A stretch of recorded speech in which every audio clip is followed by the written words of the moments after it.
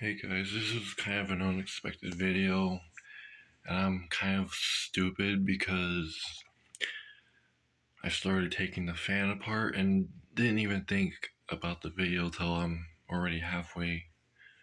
It's already pretty much disassembled. I got all the screws in here so I don't lose them. That was dumb of me anyway. I got all the screws out, but this is one of the most pain in the butt things to take off of this fan is this, because there's these goofy clips.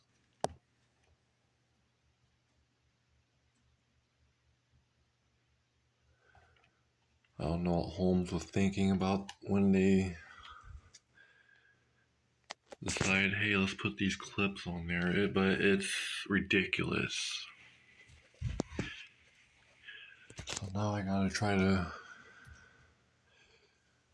This isn't my first time taking this fan apart, by the way, but I just want to show you guys why it's frustrating, because these clips, like, they're a pain. I have to use a screwdriver to try to pry it and do it without breaking it.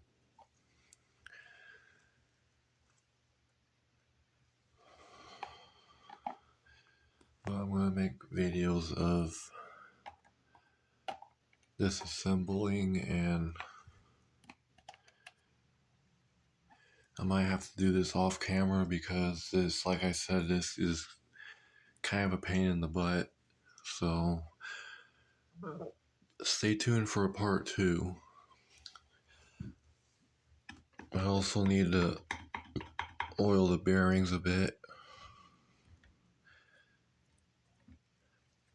because this fan gets used pretty much daily, so... But winter is coming, so I'm going to get it ready for winter and make sure she's oiled and everything is working like it should.